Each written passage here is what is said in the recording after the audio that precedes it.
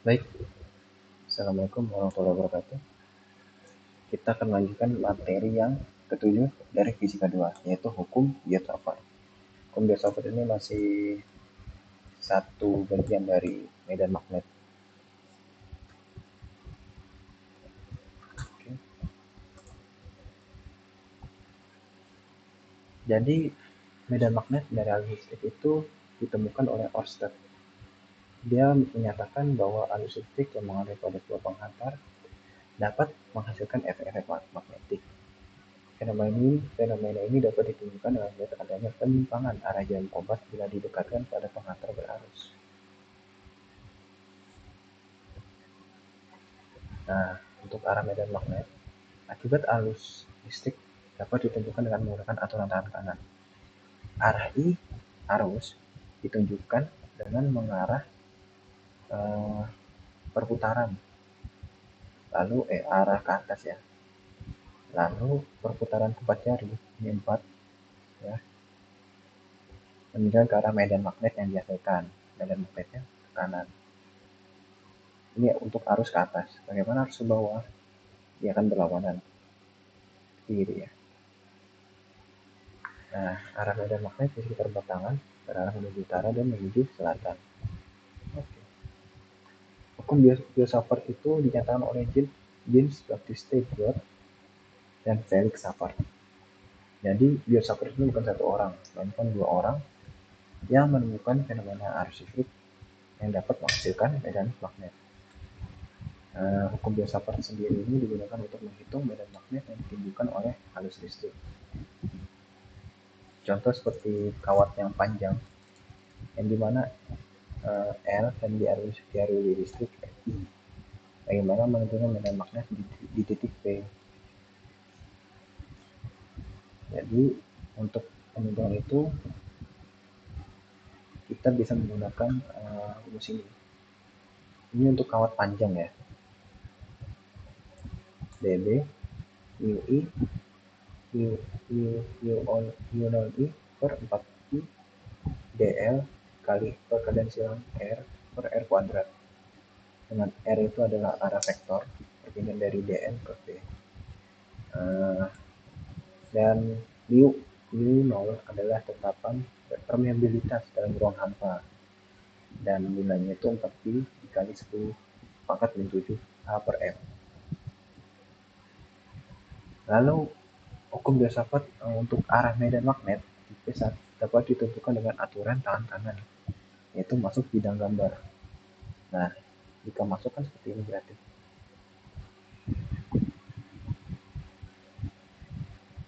Nah, bagaimana kalau untuk kawat lurus? Kita akan coba menerapkan hukum Biot-Savart untuk menggunakan medan magnet pada jarak A dari pusat hingga titik kawat. Kan arahnya ke kanan ya, ke kanan. Di arahnya masuk ini. Arahnya keluar.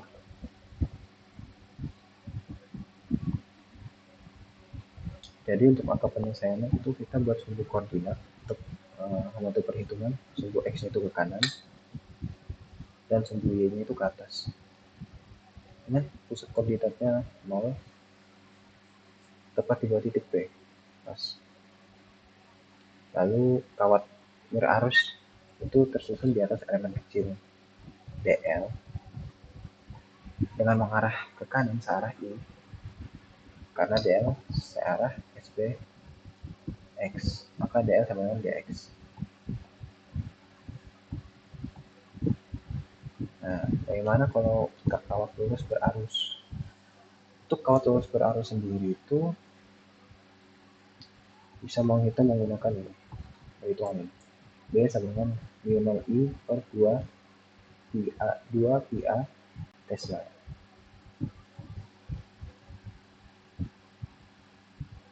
Lalu untuk kawat lingkaran berarus, kita mencari kelilingnya dahulu. Berapa kelilingnya? Lalu kita mencari arah-arah dari si medan magnet itu, dia arahnya kemana? Ini kan mengarah ke arah dB ya. kanan. Lalu untuk komponen medan magnet sumbu Z itu akan saling meniadakan, dan komponen dalam arah sumbu X saling meniadakan juga. Arah sumbu Z meniadakan, sumbu X meniadakan. Jadi maksudnya meniadakan itu nilainya 0. Jadi hanya ada komponen medan magnet dalam arah sumbu Y. Terlihat hanya ada dalam sumbu Y, ke arah Y saja. Lalu untuk sudut theta sendiri itu sudut antara DL dengan R, itu sudut theta itu 90 derajat. Arahnya tegak lurus dengan arah R. Lalu yang keempat, kita bisa melihat besar elemen kecil dalam medan magnet dalam arah sumbunya itu adalah dengan persamaan seperti ini, dengan menggunakan integral ya, itu mengambil satu keliling lingkaran, karena panjang total kawatnya itu satu keliling lingkaran dan jari-jari lingkaran R serta jarak A adalah konstan, sehingga dapat dikeluarkan dari integral. Dan bersamaan jarak medan magnetik di titik P akibat kawat lingkaran itu adalah ini. B sama mu 0 I per 2 R kuadrat per R pangkat R kuadrat tambah A kuadrat per pangkat 3/2 Tesla.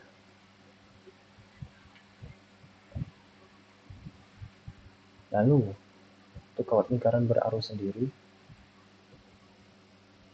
yang tadi arah medan magnet itu adalah masuk bidang gambar, masuk seperti ini ya. Besar medan magnet akibat kecil dl ada seperti ini akibatnya, persamaannya. Jadi kalau digambar itu sudah masuk medannya dari sini masuk.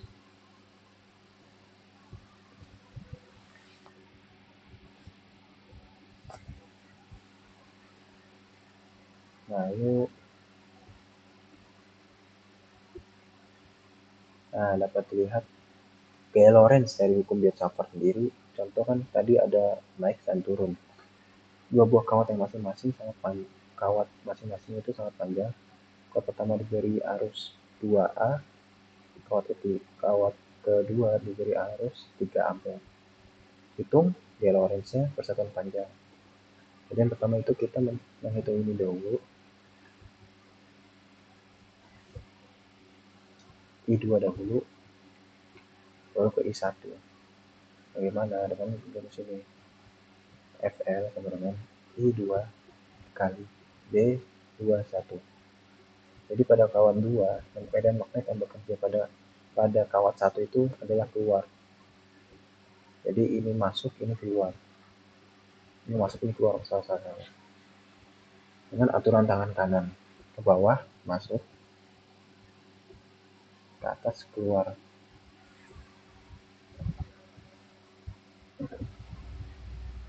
Bagaimana jika ininya terarah, kawat yang keluar tapi kawat yang keduanya ke kanan? Kawat pertama itu diberi 2A dan kawat kedua itu diberi 3A. Dan kita disuruh mencari gaya Lorentz-nya. Jadi pada kawat kedua, medan magnet yang bekerja pada kawat 1 adalah keluar. Oke, keluar. Karena arus pada kawat kedua ke kanan, maka arah gaya Lorentz-nya adalah ke bawah, masuk. Dengan dia integral ya. Persamaan integral itu merupakan penjelasan dari gaya Lorentz dari hukum Biot-Savart yang berkaitan ya mereka. Sekian penjelasan dari saya tentang hukum Biot-Savart materi fisika 2 yang ke-7. Mohon maaf bila banyak salahnya ya. Assalamualaikum warahmatullahi wabarakatuh.